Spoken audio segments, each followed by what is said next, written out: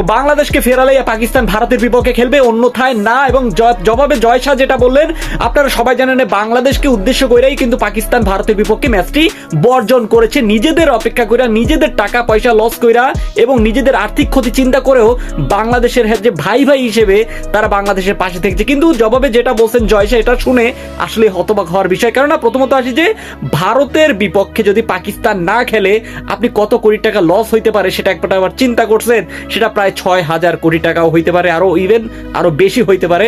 ব্রডকাস্টারদের মাথায় হাত কেনই বা মাথায় হাত থাকবে না? দেখেন প্রথমত আসি যে আপনাদেরকে নিয়ে প্রথমত সবাই জানে যে এটা মোস্তাফিজ ইস্যু কাণ্ড এবং মোস্তাফিজকে নিয়েই মূলত এই ঝামেলাটা জড়াইছে পুরো এই বিসিসিআই। তবে পাকিস্তানের একটাই কথা যে ভাই তোমরা তোমাদের মতো যদি ডিসিশন নাও সবসময়, একমাত্র মোস্তাফিজকে কি কারণে বাদ দিলা এবং বাংলাদেশকে কি কারণে বাদ দিলা সেটার অজুহাত সেটা যদি তুমি সুন্দর মতো বলে দিতে পারো তাহলে আমরা হয়তো বা পাকিস্তানের ভারতের বিপক্ষে খেলতে পারবো, অন্যথায় কোনোই বগলের মতো লোকও বাংলাদেশকে একটু সমালোচনা করছে। তবে এশিয়া কাপে আর ভারত যে অংশগ্রহণ করছে না সেটা একটু নিশ্চিত থাকেন। বাংলাদেশ এবং পাকিস্তানকে শাস্তি দেওয়ার জন্য ভারত উঠে পড়ে লাগিয়েছে। মোটামুটি বাংলাদেশের এবং একটা ব্যবসা লসের অবস্থা আইসিসির, এবং আইসিসি বলতে তো যেটা আমরা বুঝি ভারত, তো ভারতের লস আমরা সেটাই বুঝি। এবং লস যদি আপনি বারবার একটা কথা বলে আসছে যে টাকা সবকিছু না, আত্মসম্মান বোধ, মান সম্মান বোধ সেটাই হচ্ছে মেইন ইম্পর্টেন্ট। সেটা হচ্ছে বাংলাদেশ এবং পাকিস্তান সেক্ষেত্রে এগিয়ে যাচ্ছে।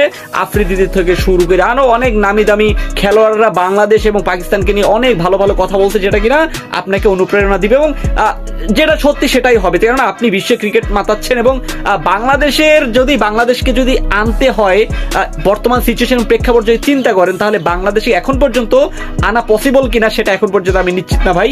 বাংলাদেশ বিশ্বকাপ খেলতে পারে না, সময় আছে আর মাত্র 5টা দিন। তবে কিছু কিছু জিনিস দেখলে বড্ড বেশি খারাপ লাগে। বিশ্বকাপের যে কোনো আমেজ দেখলে এখন আমার বেশি খারাপ লাগে।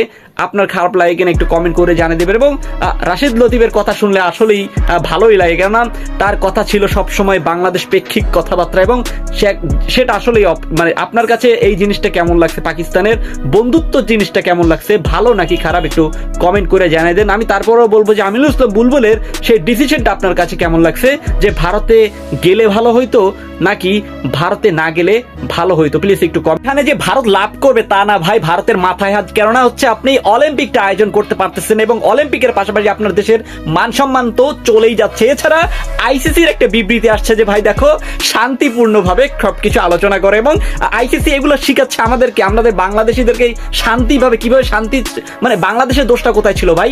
পাকিস্তান যখন আপনাদেরকে বয়কট করলো তখন এই শান্তি কিসের কথা? শান্তি কোনো কথা হবে না। সেক্ষেত্রে আপনার বাংলাদেশের নামটা আগে আনতে হবে। বাংলাদেশও চেয়েছিল বাংলাদেশ বিশ্বকাপে অংশগ্রহণ করার জন্য। আপনার মোস্তাফিজকে সাথে যেটা শান্তিভাবে করছেন সে শান্তি আসলে আমাদেরকে উড়ে গেছে এবং সেই উড়ে যাওয়ার ফলস্বরূপ হিসেবে আপনারা আজকে বিশ্বকাপটা বয়কট করলাম, পাকিস্তান বিশ্বকাপটা বয়কট করলো। আপনাদের কাছে কেমন লাগছে একটু জলদি কমেন্ট করে জানিয়ে দিবেন। ধন্যবাদ।